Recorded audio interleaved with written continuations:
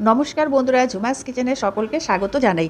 আজ আমি আপনাদের বানিয়ে দেখাবো গুড়ের টক মিষ্টি আমের চাটনি, যা একবার বানালে বারবার চাইবেন। প্রথমেই লাগবে কাঁচা আম।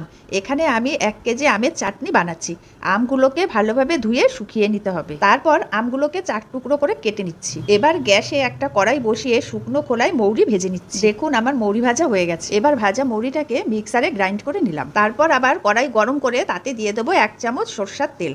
তেল গরম হলে দিয়ে দেবো 5 ফোড়ন। এরপর কাটা আমগুলো দিয়ে দেব এবং হালকা ভেজে নেব।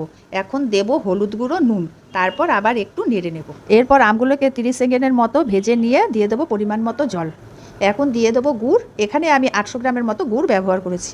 এবার আমের সাথে গুড়টাকে ভালোভাবে মিশিয়ে নেব।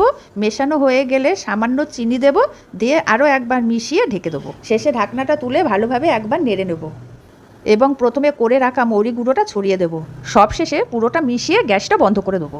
আর এভাবেই তৈরি হয়ে গেল আমাদের গুড়ের টক মিষ্টি আমের চাটনি। পুরো রেসিপিটা ডেসক্রিপশন বক্সে দেওয়া আছে, আপনারা চেক করে নেবেন।